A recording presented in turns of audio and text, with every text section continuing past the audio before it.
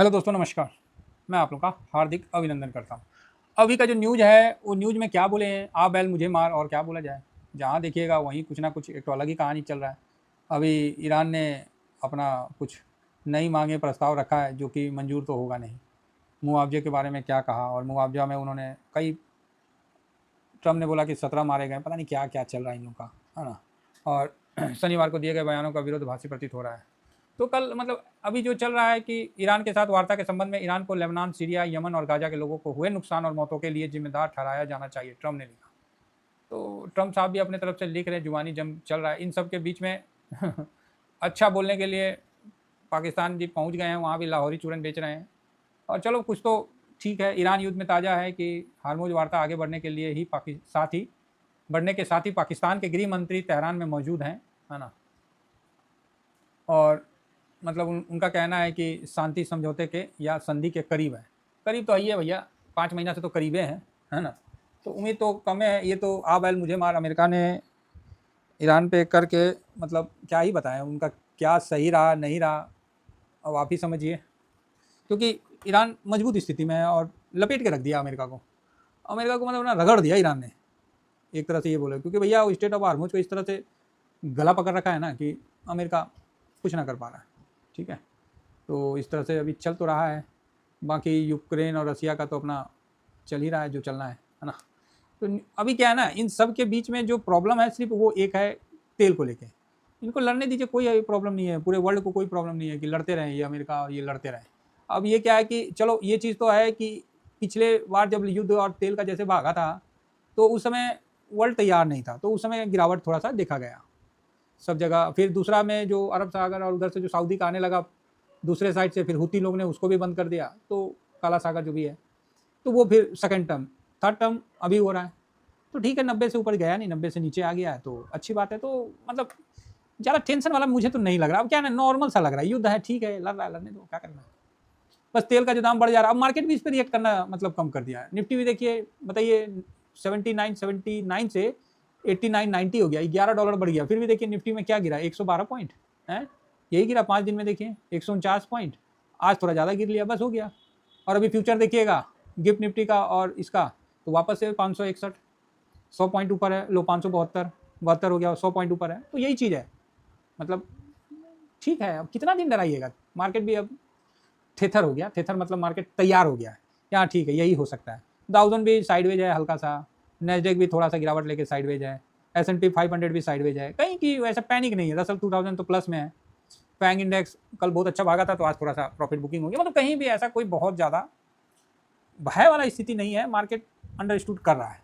ठीक है, अब यहाँ पर जो 10 ईयर बॉन्ड यील्ड है वो भी थोड़ा सा नीचे आ गया। बोला भाई मेरे लिए तो कोई कुछ करेगा नहीं, हम खुद ही नीचे आ जाते हैं। 2 ईयर बॉन्डेड है, ये भी मतलब ऐसी है। चलो जी ठीक है। अब यहाँ ADR है इंडिया का, तो यहाँ इंफोसिस में हल्का सा तेजी है। HDFC बैंक भी ठीक है, विप्रो में थोड़ा बिकवाली है, ICICI भी ओके है, डॉक्टर रेड्डी में तेजी है, तो ठीक है। रिलायंस में भी तेजी है, तो ये भी एक अच्छी बात है, थोड़ी तेजी है। तो ऐसा कुछ डरने वाली बात तो नहीं है ना। थोड़ा सा मार्केट ऐसा था तो बस, और तो कुछ खास तो नहीं है।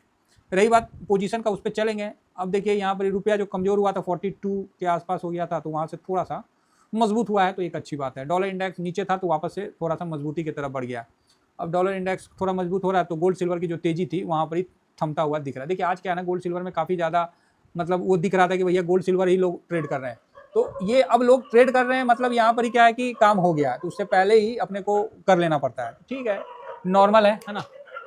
तो इस तरह का चल रहा है। चलो आगे बढ़ते हैं। तो अब हम आ जाते हैं अपने डाटा पे, क्योंकि इनको देख के कोई कहीं से कोई फायदा ही नहीं है, कोई सारा ही नहीं मिल रहा, कुछ मिल ही नहीं रहा है, तो हम जबरदस्ती क्यों माथा पीछी करें। देखिए जब नहीं कुछ मिलता है तो जबरदस्ती खोजने के चक्कर में ना हाँ, फालतू काम नहीं करने का है। बाकी निफ्टी का PE देखिए बढ़िया है, 20.65, अच्छा नीचे आ गया, तो काफ़ी बढ़िया है, ख़राब नहीं है। इंडिया मार्केट तो ऑलमोस्ट बहुत सुंदर है। अच्छा, अपन 3 बजे क्या बोले थे, थोड़ा देख लेते हैं। कैश में न्यूट्रल है, इंडेक्स में बिकवाली नहीं है, ट्रेंड जीरो है, मतलब ट्रेंड न्यूट्रल है। तो ठीक है, कैश में देख लेते हैं कितना बिकवाली हुआ, क्या हुआ, आगे देखते हैं। क्योंकि आज ज़्यादा मेरे को वहाँ दिख रहा था ना कि सब जिसको देखो सब गोल्ड सिल्वर की तरफ दौड़ा हुआ है। अरे भैया आज आप दौड़ रहे हो, हमने तो 5 दिन पहले ही इस चीज़ को समझा था।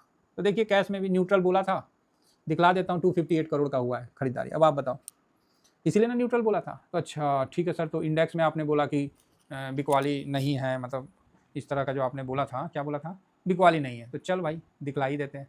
तो फिलहाल देखिए 258 करोड़ का 920 crore 646 crore index future, total मिला के आप जोड़ लीजिए तो 900 और 600 1500, तो 1566 हो गया ना, तो उसमें माइनस कर दीजिए 258, तो 1300 करोड़ का बिकवाली मोटा मोटी आपको देखने को मिल गया। चलो जी ठीक है, और नॉर्मल ही है और क्या, कोई बहुत ज़्यादा नहीं है। तो यही तो होता है ना मार्केट में, जो 252 डे मार्केट चलता है 252 डेज, तो 252 डेज थोड़ी भागता है टू, मतलब मुश्किल से 20 दिन भागेगा। अब 20 दिन जो भागेगा ना वो पूरा मतलब 2-4 साल का रिटर्न बना देगा, चाहे 1 साल का तो रिटर्न तुरंत बना देता है, बाकी 20 दिन गिरने में भी होता है, बाकी बीच का टाइम तो ऐसे ही होता है, दिमाग कभी इधर कभी उधर, कोई ट्रेड नहीं, ऐसी वैसी, बस ऐसे ही निकलता है, समझ गए। तो अपने को इसको समझ के चलना है, इसमें फ्रस्ट्रेट नहीं होना है, फ्रस्ट्रेट नहीं होना है। क्या है ना, बहुत आदमी ऐसे होते हैं कि उनका बाई होता है, वो बार बार उसको पीछे पड़ जाते हैं, बाई हुआ पीछे पड़ गए। तो देखिए अगर किसान खेत में अनाज डाल दिया, पहले तो ज़मीन को हल्का किया, चाहे जैसे करे, ट्रैक्टर से करे, हल से करे, हल्का कर दिया, उसके बाद अपना बीजा लगा के वो प्रकृति के हाथ में छोड़ देता है। मतलब जो अनाज वो बोया है उसका नेचर और मिट्टी दोनों का आपसी संबंध के लिए छोड़ देता है, तब तक छोड़ता है जब तक वहाँ अच्छा फल निकल के सामने ना आए। अब इन्वेस्ट किया, मान लीजिए बीजा लगाया, और अगला दिन जाकर फिर खोल के उसको देखेगा कि बीजा में उगा कि नहीं उगा, फिर उसका अगला दिन खोल के दिखेगा तो नहीं ना होगा। बीजा जो लगाया वो जड़ जमाता है, जब जड़ जमाएगा तभी ना ऊपर निकलेगा।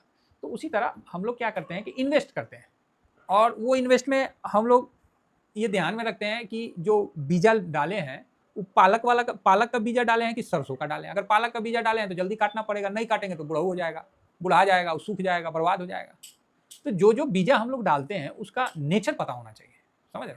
उसी तरह जब हम लोग इन्वेस्ट करते हैं तो स्विंग कर लेते हैं, तो स्विंग वाला को हमको पता है कि भैया इसको नहीं करेंगे तो वापस से चला जाएगा। शॉर्ट स्विंग करते हैं तो उसमें और क्लियर रहता है कि भैया इसको लेके हट जाओ, कैश फ्री कर लो, नहीं तो फिर लटक जाओगे।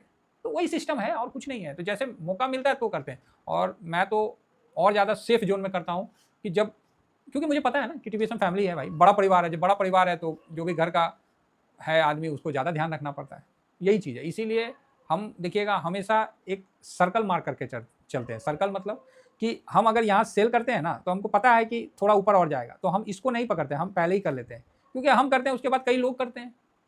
मान लीजिए जिसे हम किए वहीं से गिर गया तो फिर नहीं काम होगा, फिर कई लोगों का प्रॉफिट चला जाएगा। तो इसीलिए हम लोग को थोड़ा सा कम में ही खुश होना पड़ता है, उसमें भी खुश हैं हम लोग फालतू टेंशन लेना नहीं है सर, शेयर बाजार है अपना चलता रहेगा।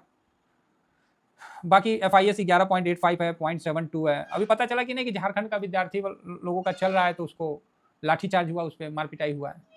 तो हम लोग को भी मन कर रहा था कि थोड़ा जाएं, लेकिन नहीं गए कि नहीं भाई, टाइम जो था उस तरह का नहीं बन पाया, नहीं तो मन तो था कि हम भी जाएं।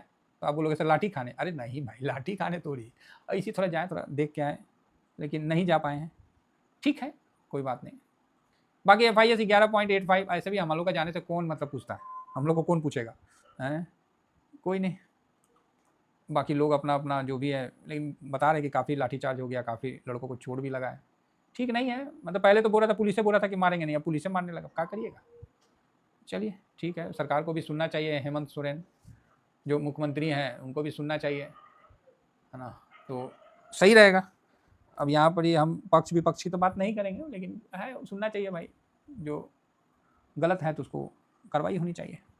फिलहाल ये FIS का 11 पॉइंट, अच्छा कल जो है 12 जून है, सॉरी 12 अगस्त, कल सुनने में आ रहा होगा कि सोशल मीडिया पे कल जो है कई ट्रेडर जो हैं वो बोल रहे हैं कि हम ट्रेड नहीं करेंगे।